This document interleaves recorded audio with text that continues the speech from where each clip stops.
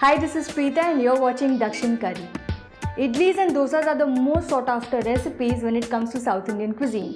So let's start with the basics. Today I'm going to show you how to make idli batter right from scratch. So to know how to do that, you need to stay tuned.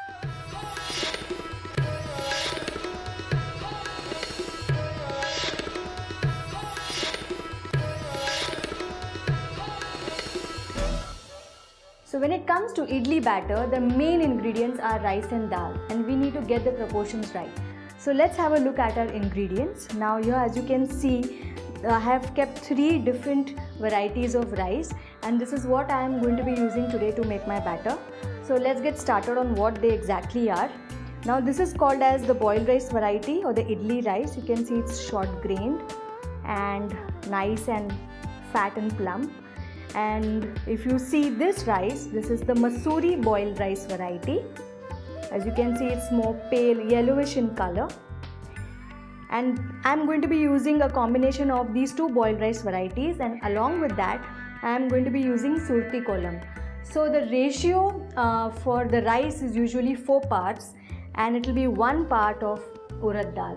So what I have done is, I have taken 2 parts of idli rice, 1 part of the Masoori boiled rice and 1 part of the Surati Kolam to make it 4 parts, and I have taken 1 part of Urad Dal. So don't forget that 4:1 is the ratio. And to help in fermentation and to give a good texture to your idlis, we'll be needing some Fenugreek seeds or methi seeds, and obviously to season the batter we will need salt. So like I said, 4:1 is the ratio of the rice to Urad Dal. So suppose if you are taking 1 cup of Urad Dal, you need to take 4 cups of rice in the combination and the proportions that I mentioned. And what we are going to do is we are going to soak both these ingredients separately. You don't have to combine it and soak it. And Urad Dal need not be soaked for a long time. Half an hour is more than enough. So let's wait for them to soak for 3 to 4 hours, and then we will grind. So our rice grains and the Urad Dal has been soaking away. Let's have a look at it. Now let's see the Urad Dal. Like I told you, soaking it for half an hour or 35 minutes is more than enough. It has fluffed up nicely. What I have done is I have drained off the excess water and just kept very little water, which I will use while grinding. Now let's have a look at the rice. Again, same thing. I have soaked it for minimum 3.5 to 4 hours. And after that I have drained off the excess water. Now while we were soaking it, what I have also done is I have added some Fenugreek seeds to that while soaking the rice. So this is also soaked enough.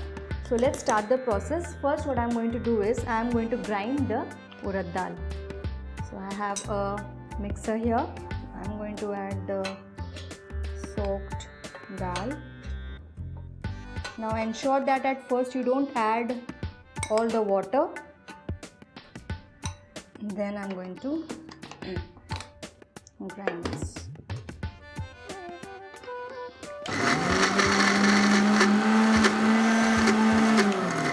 Now midway through I'm just going to check the batter. Now it's coarsely ground, it needs a little bit of water, so I'm going to add that.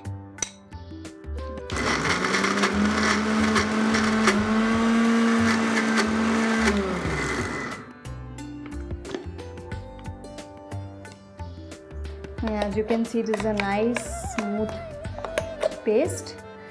Now I'm going to remove this onto a bowl.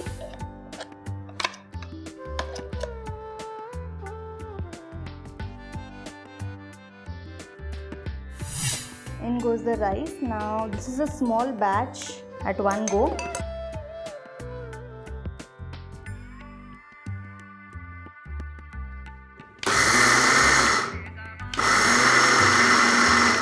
Again grind it halfway and then add some water using a spoon. Now even the rice paste is ready. So what I'm going to do is remove this. And as you can see, it's a nice thick yet coarse paste. The grains are now much finer. They are not as thick as they were before. And I'm going to keep it thick. I'm going to thin it down only as much as it is required, because you need to remember that this batter is going to ferment. So it's always better to add water later on, just before making the idlis, you know, how much ever, if you want to check the consistency, you can do that later. But right now you should not thin it down much. So let's add this batter also, rather this paste. Now I'm going to mix this nicely. Now this is best placed in a nice steel container where you are going to allow it to ferment for good 8 to 10 hours or overnight. Now once I mix this, we are going to add salt to taste.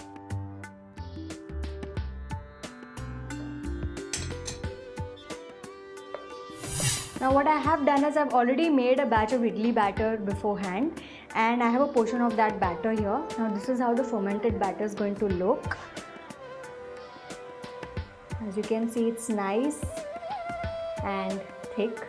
Now all that you need to do is check for salt again if you want to, if you are not confident about the amount of salt that you added while grinding.